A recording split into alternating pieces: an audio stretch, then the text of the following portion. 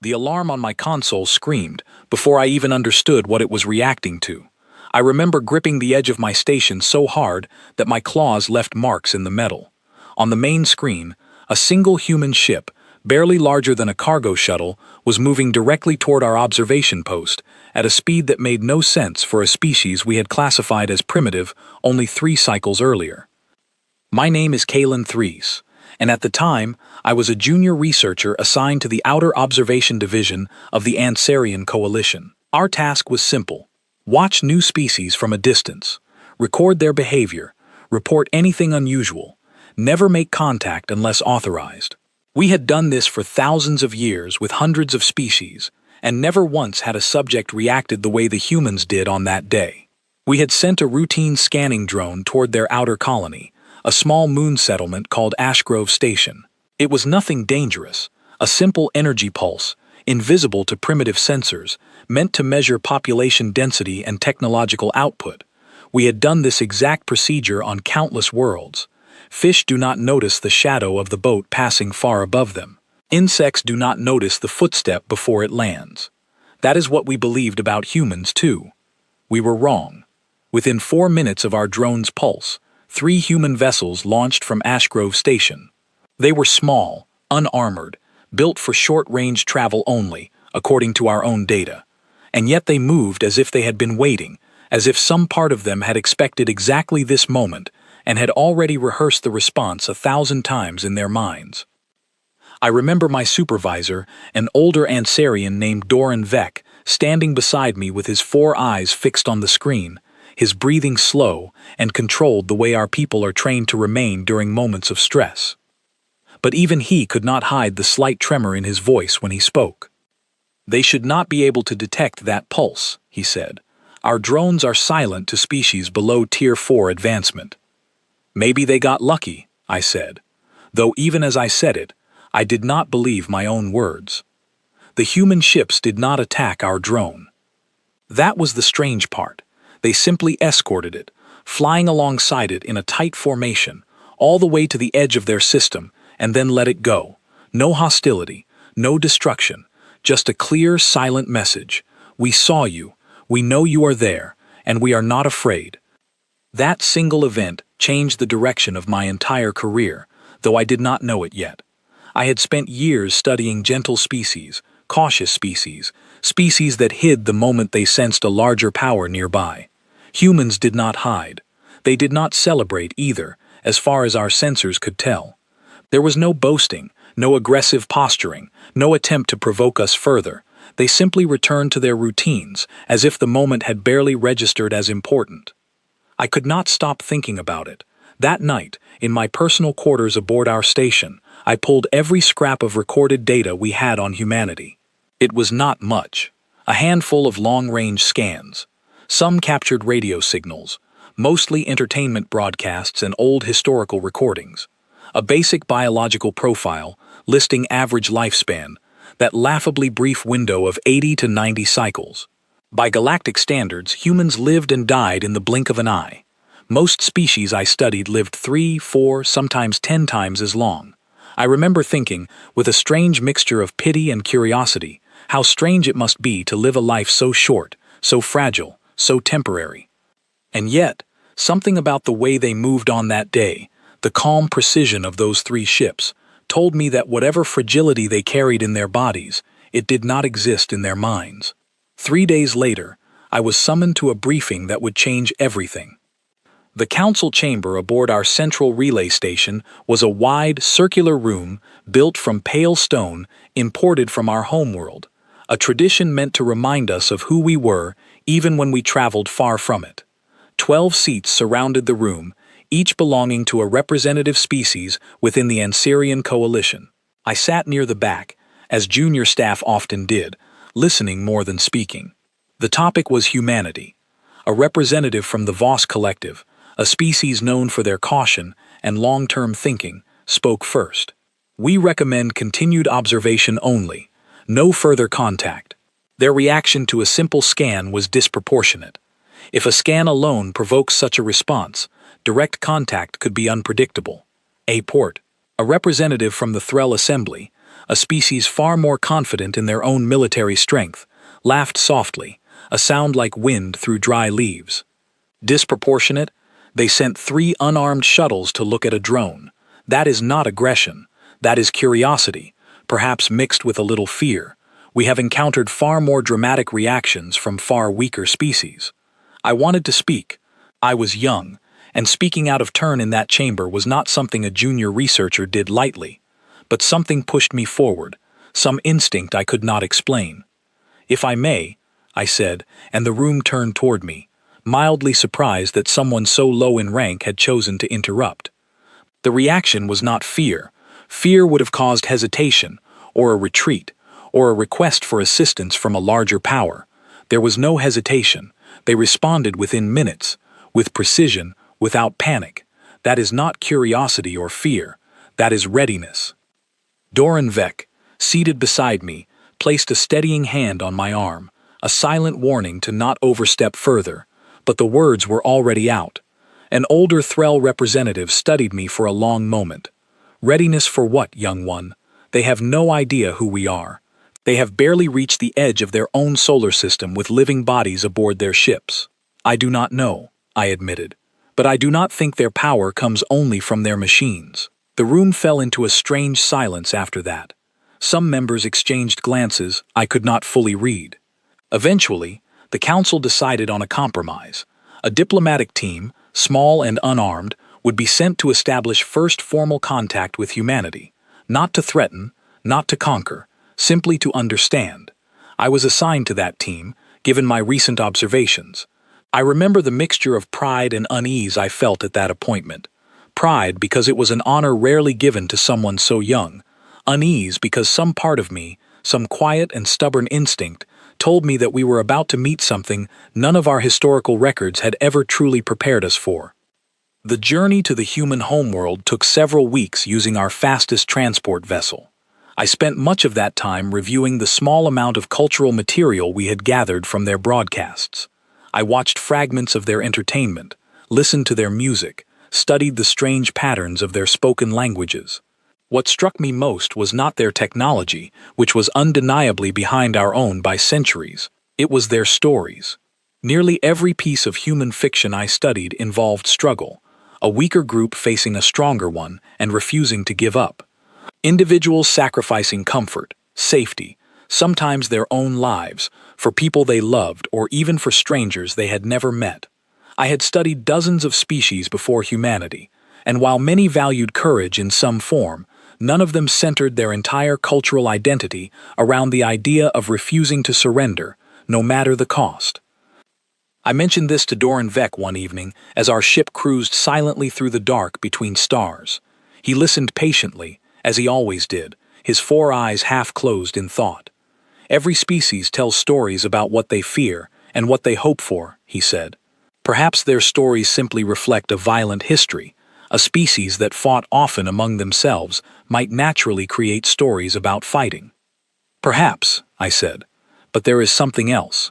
In almost every story, the ones who refuse to give up are not the strongest characters. They are often the smallest, the weakest, the most overlooked, and yet the stories always end with them succeeding, not because they became stronger than their enemy, but because they endured longer, or found a way around the obstacle no one expected." Doran considered this for a long moment. "You believe this shapes how they think, not just how they tell stories, but how they act." "I believe it might," I said, "and if I am right, then our assumption that fewer years of life means less resolve may be the greatest mistake this coalition has ever made." He did not answer that night, but I noticed he requested additional files on human history before we docked at the edge of their solar system 3 days later. Our first physical meeting took place in a neutral orbital station humans had built specifically for the occasion, a small structure, hastily assembled, but efficient, clearly designed by minds that valued function over appearance. I remember stepping through the connecting corridor, my breathing steady despite the nervous energy running through my body, and seeing them for the first time in person rather than through a screen. They were smaller than I expected, softer looking, with strange smooth skin and expressive faces that seemed to shift with every emotion, unlike the more controlled expressions of my own people. A woman named Grace Whitfield led their delegation, along with a man named Peter Langley, both representatives of what they called the Unified Human Assembly, a governing body that had apparently formed not long after their first true contact with the wider universe through our scanning drone. Grace extended her hand toward me, a strange gesture I had read about but never experienced.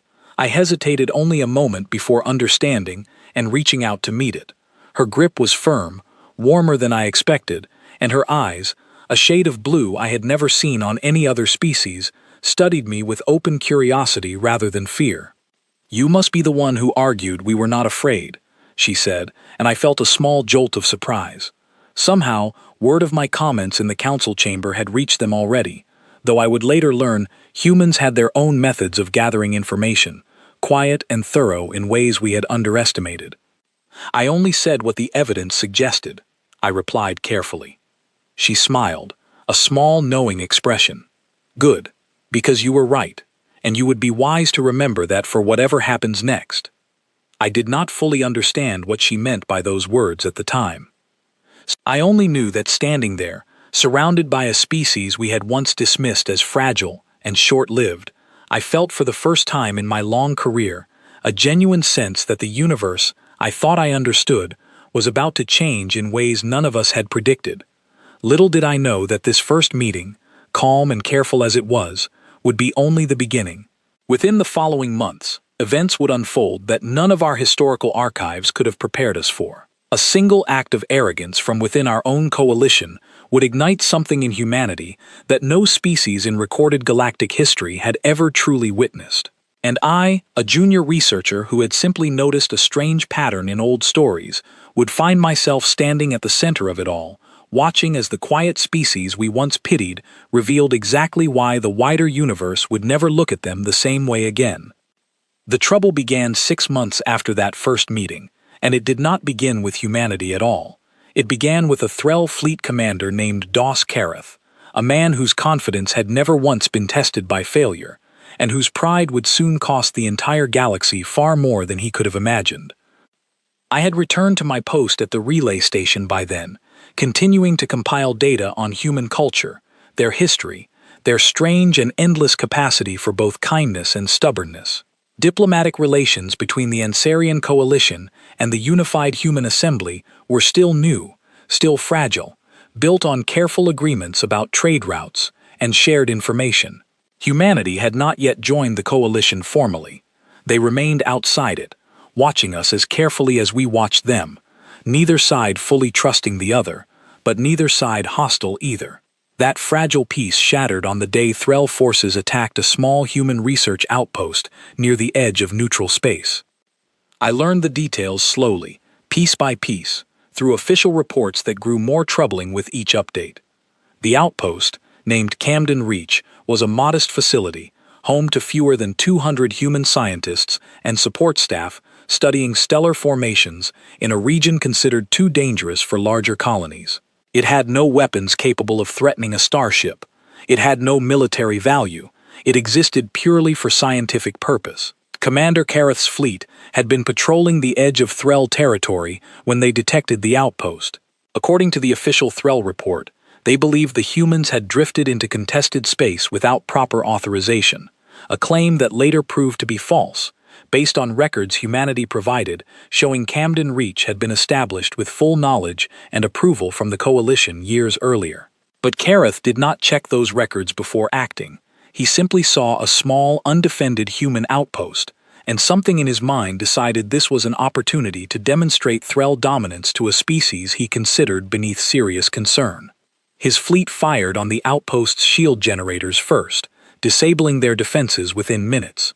Then came the boarding parties, armed and demanding surrender, treating the human scientists as prisoners rather than as citizens of a species with whom the coalition maintained active diplomatic relations. Several humans were injured during the confrontation. None were killed, a fact the Threll would later cite in their defense, as if restraint, after committing the initial act of aggression, somehow excused it. I remember the moment the news reached our station. Doran Vec called me into his office, his 4 eyes heavy with something I had rarely seen in him before. Concern, yes, but also something closer to dread. "They have made a terrible mistake," he said quietly. "The Threll believe they have simply reminded a young species of its place," I replied, though even as I spoke, I felt the same unease growing in my chest. "No," Doran said. "I mean humanity. I fear they are about to make us understand exactly what we misjudged." Word of the attack spread through human communication networks within hours, far faster than any of us anticipated, given their technological limitations. I later learned that human civilization had developed something we had underestimated entirely, a deeply interconnected information system that allowed nearly every person on their homeworld and colonies to learn of major events almost instantly. There was no controlling the narrative, no quiet diplomatic containment possible. Every human, from their highest officials to ordinary citizens working simple jobs, knew within a day that their people had been attacked and treated as prisoners on a peaceful research station. The response from the Unified Human Assembly came swiftly, but not in the way any of us expected. There were no declarations of war, no dramatic broadcasts filled with anger. Grace Whitfield, the same woman who had greeted me during our first meeting, appeared in a recorded statement that was shared across every network, human and coalition alike. I remember watching that recording more times than I could count, studying every subtle shift in her expression, trying to understand what it meant. "We do not seek conflict," she said, her voice calm, steady, without a trace of the fear or fury I expected. "We have always believed that patience and understanding are the foundations of peace between different peoples. But patience is not the same as acceptance, and understanding does not mean we will allow our people to be harmed without consequence. Commander Kareth and his fleet violated agreed boundaries and caused injury to unarmed scientists. We ask the Threll Assembly to acknowledge this action and provide appropriate accountability. We hope this can be resolved through proper channels." Entewait. It sounded, on the surface, like the same careful diplomatic language every species used when trying to avoid escalation. But something in her tone, something in the specific phrasing of her words, sent a small chill through me. She did not ask for an apology. She did not request compensation, as most coalition species would in a similar situation. She asked for accountability, a subtle but important distinction I would only fully understand later. The Threll Assembly, confident in their military strength and dismissive of what they still viewed as a primitive species, responded with what I can only describe as arrogant indifference. Their official statement acknowledged the incident, but framed it as a minor territorial misunderstanding, offering no real accountability, no consequences for Commander Kareth, and no meaningful gesture toward the humans who had been harmed. I remember discussing this with Doran Vec in the observation deck of our station, watching the distant lights of passing ships while we spoke. "They believe humanity has no way to force accountability," Doran said. "No significant military presence beyond their own solar system, no allies willing to intervene on their behalf. From the Threll perspective, this is a conflict with only one possible outcome." "And from your perspective?" I asked. Doran was quiet for a long moment. "I do not think the Threll understand what they are dealing with. I do not think any of us fully understand yet." 3 weeks passed with no further public statement from humanity. Diplomatic channels remained open, technically, though human representatives grew quieter, more measured in their communications. I remember feeling a strange sense of anticipation building within me during those weeks, a feeling I could not quite name, somewhere between fascination and fear. Then, on what should have been an ordinary morning, everything changed. A single human vessel appeared at the edge of Threll patrolled space. A ship unlike anything in our recorded databases. It did not match any known human design. Later analysis would reveal that humanity had spent those 3 quiet weeks not negotiating, but building, drawing on technology and resources they had kept hidden from outside observation, refined through generations of careful, quiet development that our coalition scanners had simply never detected because we had never thought to look closely enough at a species we considered too far behind to matter. The ship approached a Threll outpost stationed near the boundary of contested space, the same region where Camden Reach had been attacked. It made no aggressive maneuvers. It simply broadcast a single message, repeated on an open channel that every listening station in the region, including our own, could receive. I still remember the voice that delivered that message. It was Peter Langley, calm, measured, entirely without the anger I expected. "This is a formal notice," he said. "Commander Kareth and the personnel involved in the attack on Camden Reach have been given 3 separate opportunities to acknowledge responsibility through official channels. Each request has been dismissed or ignored. We are left with no further diplomatic avenue. What follows is not an act of war against the Threll people. It is a response, proportionate and limited, intended solely to demonstrate that harm against our citizens carries consequence, regardless of how small our presence in this galaxy may currently appear." I remember Doran Vec turning to me, his expression unreadable. "Proportionate," he repeated softly. "They are being careful even now." What happened next unfolded over the course of a single hour, an hour that would be studied by military historians of every species for generations to come. The human vessel did not attack the Threll outpost directly. Instead, it deployed a series of smaller craft, each moving with a precision that suggested extensive planning rather than improvised aggression. These craft targeted only military installations directly linked to Commander Karath's fleet, disabling weapons systems, communication arrays, and propulsion units with what appeared to be non-lethal precision strikes. Not a single Threll life was lost during the entire engagement. Every ship belonging to Kareth's personal command was left drifting, powerless, but intact. Then, in a move that stunned every observer watching from surrounding systems, the human vessel transmitted the coordinates of Kareth's disabled fleet to the nearest Threll rescue command, along with a simple message. "Your people are unharmed but require assistance. We trust you will see to their safety, as we saw to the safety of ours during your attack on Camden Reach, despite the circumstances." I sat in stunned silence in our observation room, watching the data stream in from multiple sources, confirming what had happened. The Threll fleet, a force that had spent decades building a reputation for military dominance throughout the region, had been rendered completely helpless by a species they considered primitive, without a single fatality, and then handed back to their own people with what almost felt like a lesson embedded in the gesture itself. "They could have destroyed that fleet," I said quietly. "Every ship, every life aboard them, and they chose not to." Doran nodded slowly. "I believe that was the point. They wanted the Threll, and everyone watching, to understand something important. This was not a demonstration of what they were capable of destroying. It was a demonstration of what they were capable of choosing not to destroy." The reaction across the wider galaxy was immediate and varied. Some coalition members expressed quiet admiration for what they saw as remarkable restraint, paired with undeniable capability. Others, particularly among more militant species, viewed the incident as a dangerous show of unpredictable power from a species whose true limits remained unknown to any of us. The Threll Assembly, humiliated in a way that no amount of official statements could soften, issued a formal apology to the Unified Human Assembly within days, along with acknowledgement of Commander Kareth's misconduct and a promise of appropriate consequences for those responsible. Humanity's response to that apology was, once again, unexpectedly measured. Grace Whitfield's second recorded statement contained no triumph, no lingering anger, simply a quiet acknowledgement that the matter was considered resolved, and a hope that future interactions between their peoples could proceed with mutual respect.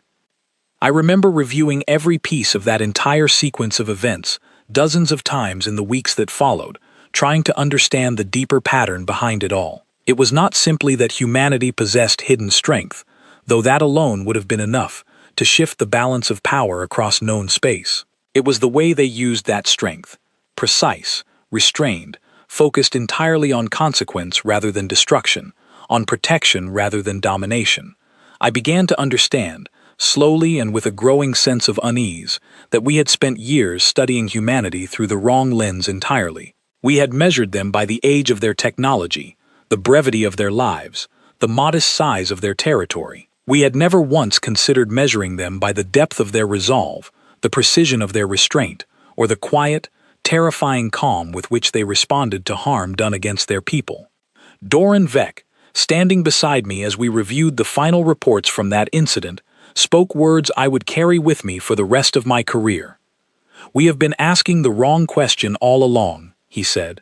"We kept asking how strong humanity might become given more time. We should have been asking what happens when a species already possesses great strength, but has simply chosen, until now, never to show it."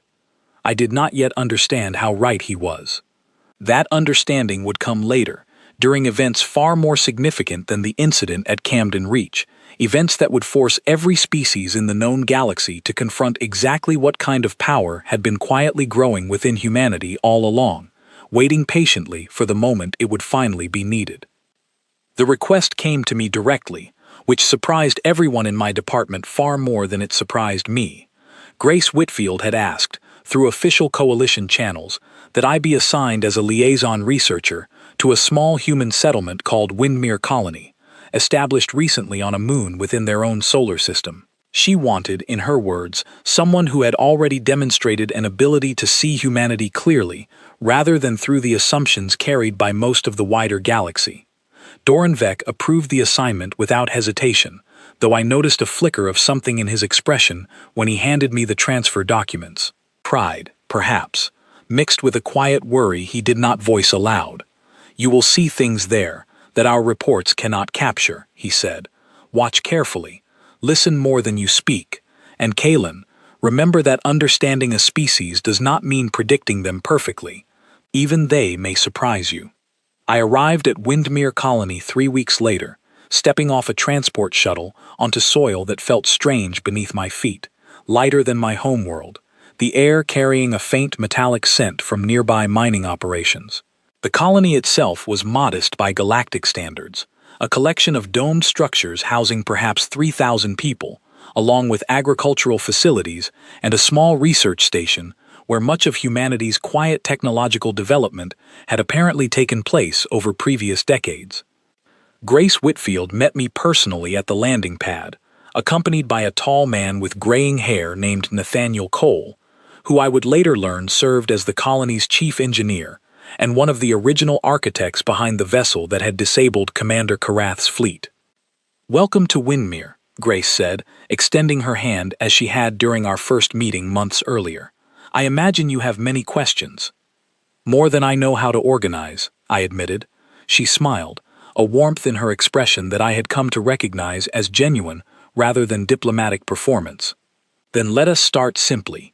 Walk with me."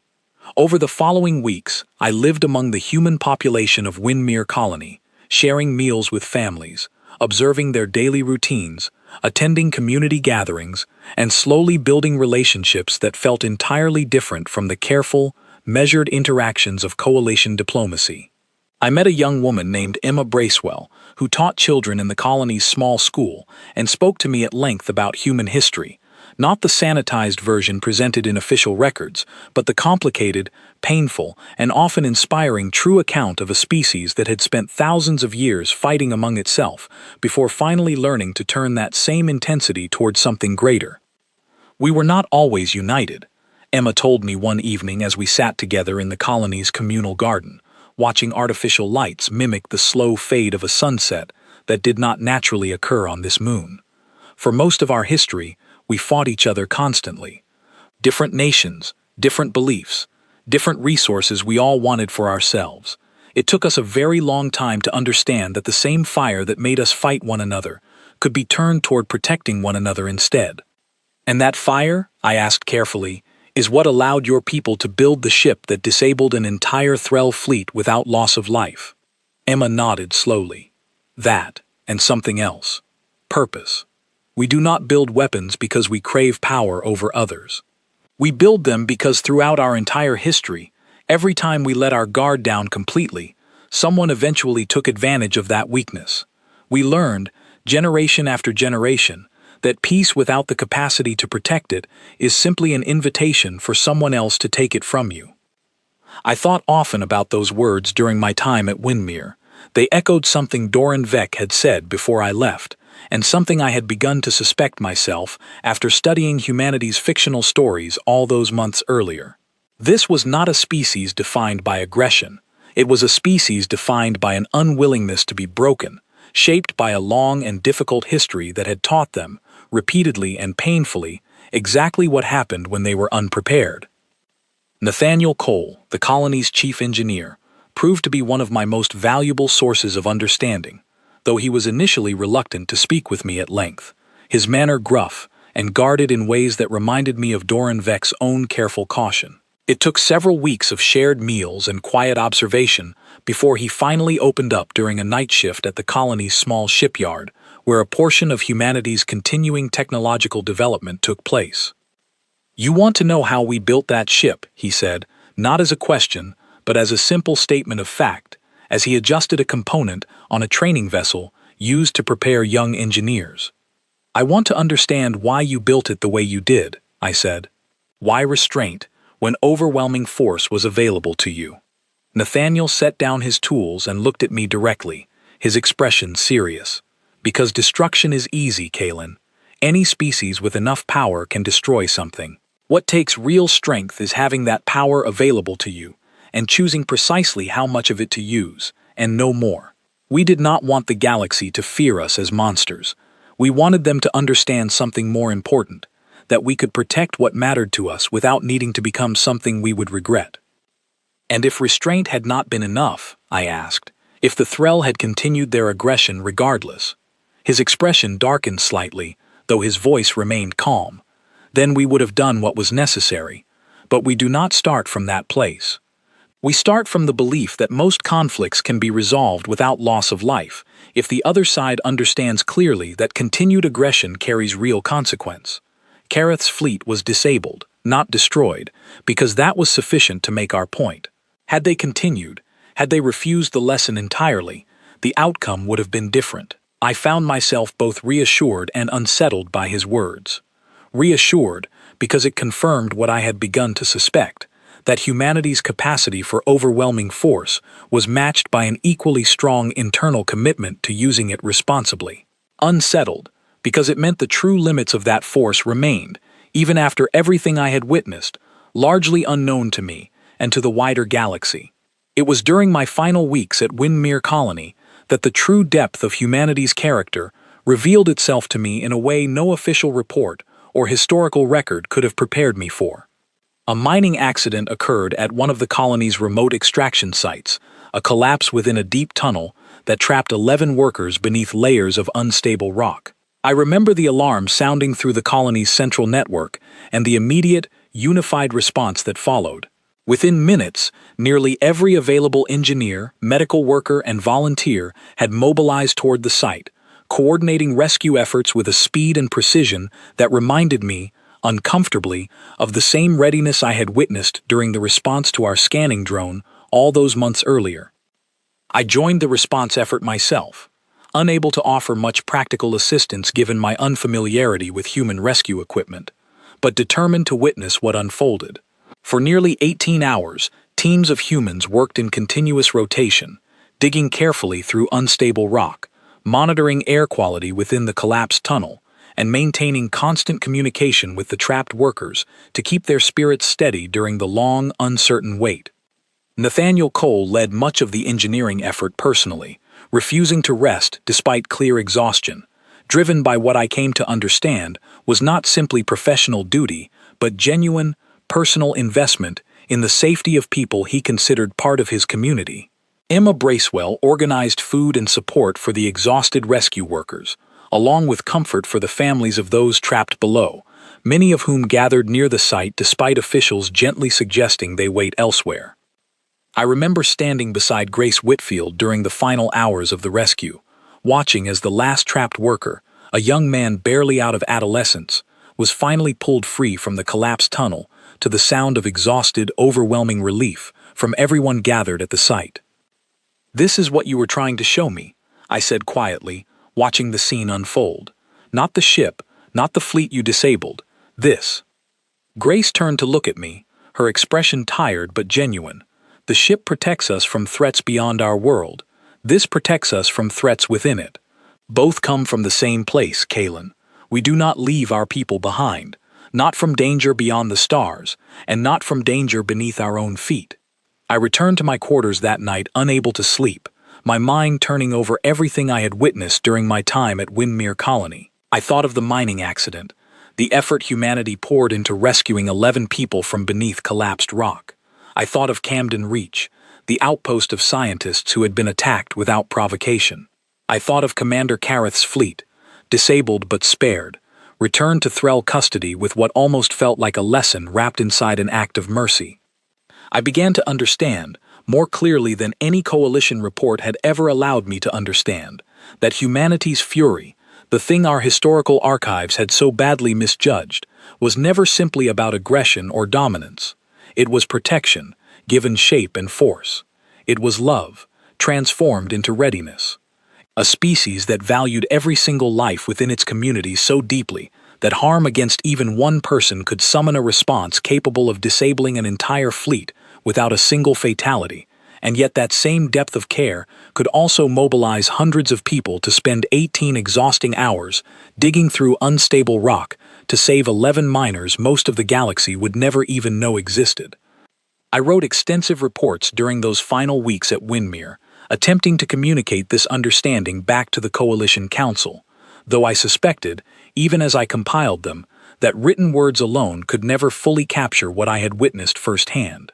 Doran Vec read every report I sent, responding with careful, thoughtful questions that suggested he, too, was beginning to reconsider decades of assumptions built on incomplete information. It was during my last conversation with Grace Whitfield, before returning to my own people, that she said something I have carried with me ever since. Words that would prove more significant than either of us realized at the time. You asked me once, indirectly, through your reports and questions, what would happen if restraint was not enough, she said, as we stood together watching the artificial sunset one final time. I want you to understand something clearly before you leave, Kaylin. We hope it never comes to that. We have built our entire civilization around the belief that most conflicts can be resolved without loss of life, that most threats can be answered with precision rather than devastation. But should a moment ever arrive where restraint truly fails, where an enemy leaves us no path toward peaceful resolution, I want you to understand what that would mean. What would it mean? I asked, though some part of me already sensed I did not fully want the answer. She was quiet for a long moment, her eyes distant, focused on something beyond the artificial horizon. It would mean that every ounce of care we have ever shown, every restraint we have ever practiced, every life we have ever chosen to spare when we could have taken it instead, would be replaced entirely by a single, unified purpose. Not conquest, not domination, simply the absolute, undivided determination to ensure that whatever threatened us, whatever threatened the people we love, would never be capable of doing so again. I returned to my post at the relay station shortly after that conversation, carrying with me an understanding of humanity that no historical archive, no coalition briefing, and no distant observation could have ever provided. I did not yet know that within a matter of months, that understanding would be tested in ways none of us, not even the humans themselves, could have fully anticipated. The attack came without warning, and it did not come from the Threll, nor from any species we had previously considered a serious threat to galactic stability. It came from a coalition of smaller factions calling themselves the Verdane Accord, a loose alliance of pirate fleets and rogue military remnants that had spent decades operating on the fringes of known space, avoiding direct conflict with larger powers while preying on weaker, undefended targets.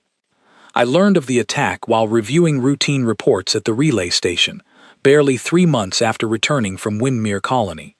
The Verdane Accord had launched a coordinated assault on 3 separate human colonies simultaneously, striking during a period when much of humanity's attention remained focused on continuing diplomatic negotiations with the wider coalition. It was, by every measure our analysts could determine, a calculated act of opportunism, a belief that humanity's newly demonstrated strength remained isolated to a single defensive vessel, and that their broader territory remained vulnerable to a large, coordinated strike. They were wrong in ways that would reshape the balance of power across the known galaxy. The first reports reaching our station were fragmented, chaotic, filled with the kind of uncertainty that always accompanies a sudden, unexpected act of aggression. Verdane forces had struck Camden Reach again, the same research outpost attacked previously by Commander Kareth, now rebuilt and expanded following the Threll incident. Simultaneously, they struck a mining colony on the outer edge of human territory, and a small agricultural settlement that housed several thousand civilians with minimal defensive capability. I remember standing beside Doran Vec in our observation room, watching the initial data stream in, both of us silent as the scale of the coordinated attack became clear. 3 targets, Doran said quietly, struck within minutes of one another. This was planned carefully, over a significant period of time. They believe humanity's strength is limited to a single demonstration, I said. A single ship, disabled and returned mercifully. They think restraint means limitation. Doran's expression darkened. Then they have made the same mistake as Commander Kareth, only far more severe in scale. The Verdane Accord's initial assault caused genuine harm, unlike the earlier confrontation with the Threll. Civilian casualties occurred at the agricultural settlement, where defensive capabilities were minimal and the attacking forces showed none of the restraint humanity itself had demonstrated during their response to Karath's fleet. Reports indicated dozens of injuries among colonists, along with significant damage to critical infrastructure, leaving thousands without adequate shelter or resources during the attack's immediate aftermath. I watched the human response unfold not through official statements or diplomatic channels, but through the same interconnected communication network that had first surprised me during the Camden Reach incident. Within hours, every available human resource across their solar system began mobilizing, not in a chaotic scramble, but with the same disciplined precision I had witnessed during the mining accident rescue at Windmere Colony, scaled now to a level I had never previously imagined possible. Nathaniel Cole, who I had come to know personally during my time at Windmere, appeared in a brief recorded update that reached coalition networks within the first day of the crisis. His expression carried none of the calm reassurance I remembered from our conversations.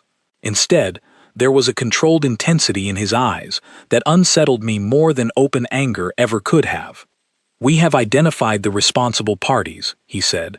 "We know their staging locations, their supply routes, and their command structure. What happens next will not be swift, because that is not our way. It will be thorough." I understood, watching that brief message, exactly what he meant. Humanity was not simply responding to an attack. They were preparing to dismantle, methodically and completely, an entire network of aggression that had preyed upon vulnerable populations across the galaxy for decades. An achievement no coalition military force had managed despite generations of effort. Over the following weeks, I watched reports arrive from across known space describing human military operations unlike anything our historical archives had prepared us for. Rather than launching a single overwhelming assault, humanity's forces moved with patient, calculated precision, striking Verdane supply lines first, cutting off their ability to resupply or retreat before ever engaging their primary combat forces directly. Communication networks were disrupted with surgical accuracy, isolating individual Verdane factions from one another, preventing coordinated resistance.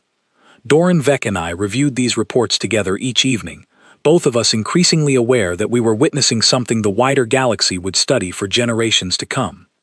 "They are not fighting to destroy," Doran observed one evening, studying a tactical analysis compiled by our own military advisors. "They are fighting to dismantle an entire system of harm, piece by piece, ensuring it cannot simply reform once the immediate conflict ends." "They learned this from their own history," I said, remembering Emma Bracewell's words from our time together at Windmere Colony. Centuries of internal conflict taught them that eliminating an immediate threat without addressing its underlying structure only guarantees its eventual return. The most significant engagement of the entire campaign occurred nearly a month after the initial attack, when human forces finally located and confronted the primary Verdane command fleet, hidden within a remote asteroid field they had used as a staging ground for years.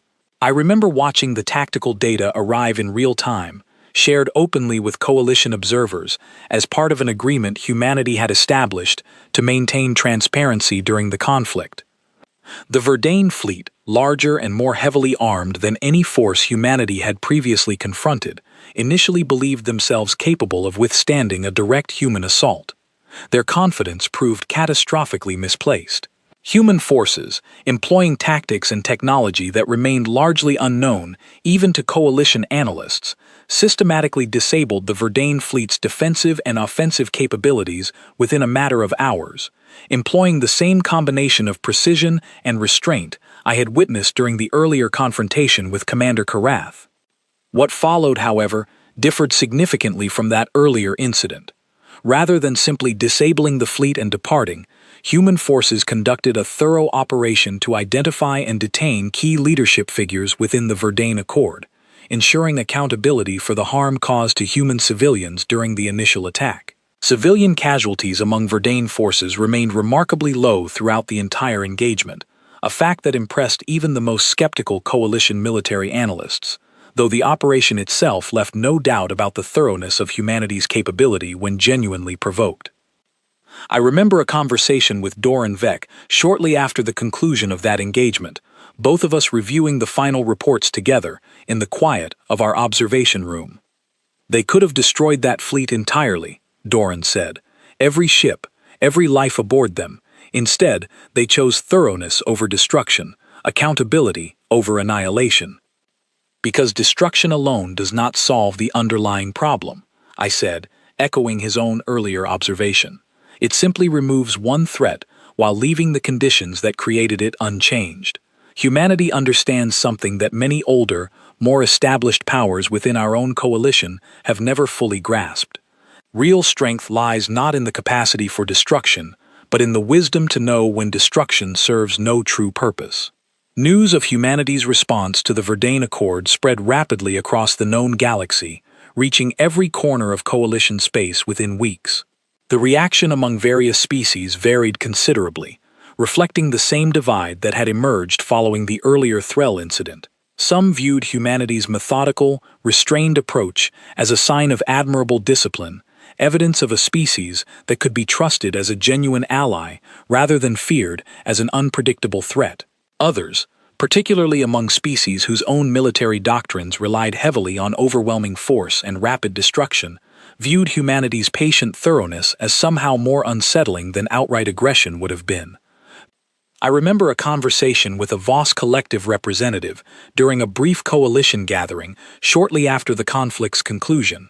A cautious, thoughtful individual named Celis Doran, no relation to my own supervisor despite the similarity in name.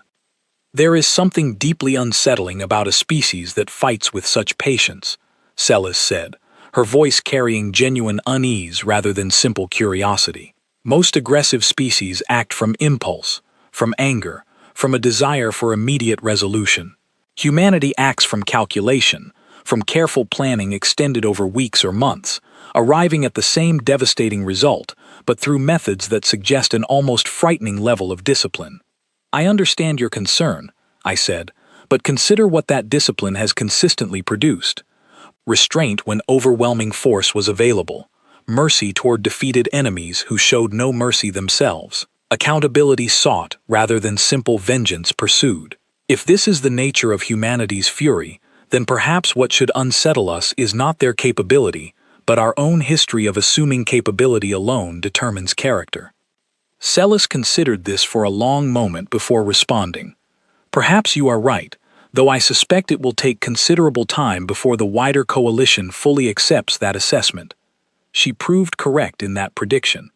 Despite the clear evidence of humanity's restraint and precision throughout both major conflicts, a significant portion of the coalition remained wary, uncertain how to categorize a species whose power had grown so quickly, so quietly, and had proven itself capable of reshaping entire military balances within the span of less than a single year. I returned to my ongoing research following the conclusion of the Verdane conflict, continuing to document and analyze humanity's actions with the same careful attention I had applied since our first encounter with their scanning response so many months earlier. I did not yet know that the most significant test of humanity's character, and the moment that would finally determine how the entire galaxy would understand their place among the stars, still lay ahead of us, arriving from a source none of us had ever considered a genuine threat. The final test came from within our own coalition, and it arrived in a form none of us had anticipated, carried not by an outside threat, but by fear itself, the oldest and most dangerous weapon any civilization can turn against another. A faction within the Threll Assembly, still humiliated by their earlier defeat and unwilling to accept the new balance of power that had emerged following humanity's decisive response to both Commander Kareth and the Verdane Accord, began quietly organizing support among other coalition members who shared their growing anxiety about humanity's rapid rise. Their argument was simple, and to many frightened minds within the coalition, disturbingly persuasive. A species capable of disabling an entire fleet without loss of life, and later dismantling an established criminal network within a matter of weeks, possessed power that no single unaligned civilization should be permitted to hold indefinitely. Better, they argued, to contain that power now, while humanity remained isolated to a single solar system, than to wait until their reach extended further into the wider galaxy. I learned of this growing movement through Doran Vec, who had been invited to a series of closed council sessions I was not senior enough to attend directly, though he shared with me afterward what had been discussed, his expression heavy with concern each time. They speak of containment, he told me one evening, as though humanity were a natural disaster to be managed, rather than a civilization to be understood. Some have proposed a coordinated blockade of human territory, restricting their access to coalition trade routes and resources, framed publicly as a precautionary measure for galactic stability. That is not containment, I said. That is provocation disguised as caution. I know, Doran said quietly, and I fear the consequences of that disguise will prove far more costly than anyone proposing it currently understands. The blockade was implemented 3 weeks later, coordinated quietly among a coalition of Threll sympathizers and several smaller fearful factions who believed collective action offered protection against a power they did not fully understand. Human trade vessels attempting to access established coalition routes were turned away, their diplomatic credentials suddenly deemed insufficient, their requests for passage denied under a series of newly implemented, deliberately vague security regulations. I remember watching the human response unfold with a mixture of dread and reluctant admiration. There was no immediate retaliation, no dramatic show of force in response to the blockade's implementation. Instead, Grace Whitfield issued a public statement, calm and measured as always, requesting formal clarification from the Coalition Council regarding the sudden and unexplained restriction of previously agreed trade access. The Coalition's response, driven largely by the Threll faction's continued influence, offered only vague justifications about regional security concerns, refusing to acknowledge the blockade's true purpose or provide any timeline for its resolution. I attended, as an observer, a tense exchange between Grace Whitfield and several Coalition representatives conducted through a secure diplomatic channel roughly 1 month into the blockade. I remember the quiet, controlled frustration in her voice, a tone I had not heard from her during any of our previous interactions. "We have honored every agreement made between our peoples since our first contact," she said. "We have shown restraint when restraint was possible, precision when force became necessary, and mercy toward those who sought to harm us without provocation. We ask now, simply, for honesty. If this coalition genuinely fears what humanity has become, then say so directly, and allow us the opportunity to address those fears through open conversation. But do not disguise fear as policy, and do not mistake our patience for an absence of consequence." The coalition representatives present offered no direct response, retreating instead into the same vague bureaucratic language that had justified the blockade from its inception. I remember watching Grace's expression during that final unproductive exchange and recognizing in her eyes something I had seen only once before, during our final conversation at Windmere Colony, when she had spoken of what might happen should restraint ever truly fail. Humanity's response, when it finally arrived, was neither the devastating military action some coalition members privately feared, nor the passive acceptance others had mistakenly assumed would follow, given humanity's consistent pattern of restraint. Instead, it was something far more unsettling in its implications, precisely because it required no violence whatsoever to demonstrate its point. Within days, every human trade agreement, every shared technological exchange, every cooperative scientific initiative that had been established between humanity and coalition members over the previous year was formally suspended. Human engineers withdrew from several joint research projects that had proven remarkably valuable to coalition scientific advancement. Human medical technology, which had already begun demonstrating breakthrough applications in treating several previously incurable coalition illnesses, was quietly removed from ongoing collaborative trials. The impact was immediate and far more damaging to coalition interests than anyone had anticipated. Several member species, entirely uninvolved in the Threll faction's push for blockade, found themselves suddenly cut off from resources and knowledge that had become genuinely valuable during the short period of cooperation. Public pressure within these unaffected coalition territories grew rapidly, as citizens and officials alike began questioning why a policy driven by a small faction's fear had resulted in tangible losses across the entire coalition. I remember Doran Vec explaining the deeper significance of this response during one of our evening conversations, his understanding of humanity clearly having grown as thoroughly as my own over the preceding months. They did not need to raise a single weapon, he said, something close to genuine respect coloring his voice. They simply demonstrated, through absence rather than action, exactly how much value their cooperation truly provided, and in doing so, they revealed the blockade for what it always was, an act of fear that cost the entire coalition far more than it ever protected. Within 6 weeks, the pressure from unaffected coalition members, combined with the tangible losses experienced across multiple territories, forced a full council session to address the growing crisis. I attended this session personally, granted permission given my extensive research and direct experience among human populations. The debate that unfolded within that circular stone chamber remains, even now, one of the most significant moments I have ever witnessed in coalition history. The Threll faction, along with their remaining sympathizers, attempted to justify the continued blockade, citing ongoing concerns about humanity's unchecked military capability. But their arguments, once persuasive to a frightened majority, now met open skepticism from representatives whose territories had suffered genuine, measurable harm from the policy's consequences. It was Celis Doran, the same Voss Collective representative who had once expressed unease about humanity's patient discipline, who ultimately delivered the argument that shifted the Council's final decision. We feared humanity because their strength grew quickly, and because we could not predict its limits, she said, addressing the full Council with a clarity I had not previously witnessed from her. But in every single instance since our first contact, they have demonstrated precisely how they intend to use that strength. Restraint toward the Threll, thoroughness against genuine criminal threats.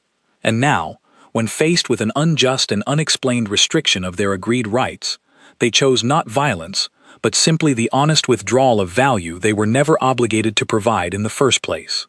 If this is what humanity's fury looks like, then I believe we have spent the past year fearing exactly the wrong thing. The blockade was formally dissolved within days of that session, accompanied by a rare, direct apology issued to the Unified Human Assembly by the full Coalition Council, acknowledging that fear, rather than evidence, had driven the policy's implementation. Humanity's response to that apology, delivered once again through Grace Whitfield, remains among the words I have carried with me most closely throughout the remainder of my career. We understand fear, she said. Our own history is filled with moments when fear drove us toward decisions we later regretted deeply. We do not hold this against the coalition as a whole, nor against any individual species who acted from genuine concern rather than malice. We ask only that moving forward, judgment be built upon evidence rather than assumption, and that trust, once earned through consistent action, be extended with the same patience we have tried to offer throughout every challenge we have faced since first meeting your people. I returned to my permanent research position at the relay station shortly after the blockade's dissolution, carrying with me an understanding of humanity that few within the wider coalition could claim to share so completely. Over the following years, as formal alliance agreements were eventually established between humanity and the broader coalition, I often found myself reflecting on everything I had witnessed during that remarkable first year of true contact between our peoples. We had begun by pitying humanity, dismissing their brief lives and modest technology as evidence of a species destined to remain minor among the vast community of civilizations populating the known galaxy. We ended that year having witnessed a species whose quiet strength, patient discipline, and unwavering commitment to protecting those they loved had reshaped fundamental assumptions about power itself across every corner of Coalition space.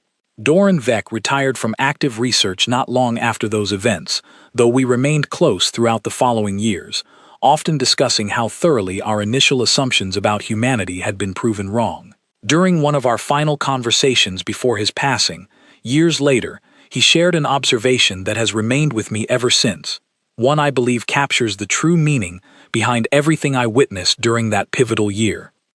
"We measured humanity by the length of their lives," he said, "and found them wanting. We should have measured them instead by the depth of what they were willing to protect, and we would have understood immediately that we stood before something the galaxy had never truly encountered." I think of those words often, even now, decades after first witnessing 3 small human ships escort our silent observation drone back to the edge of their solar system, a simple, quiet gesture that I now understand carried within it every truth we would eventually learn about humanity's character. They were never driven by a desire for conquest or dominance. They were driven by something far more powerful and far more enduring, a fierce, unwavering commitment to the safety and dignity of every single person within their care, extended eventually, through patient demonstration and consistent restraint, to encompass an entire galaxy that had once dismissed them as insignificant. That, I have come to believe, is why humanity's fury shook the entire universe. Not because it was the most destructive force the galaxy had ever encountered, though its capabilities certainly proved formidable when genuinely tested. It shook the universe because it revealed, clearly and undeniably, that true strength has never been measured by the willingness to destroy, but by the wisdom and restraint required to protect, even when the power to do otherwise remains fully within reach. And once the wider galaxy finally understood this truth about humanity, nothing among the stars would ever be viewed quite the same way again.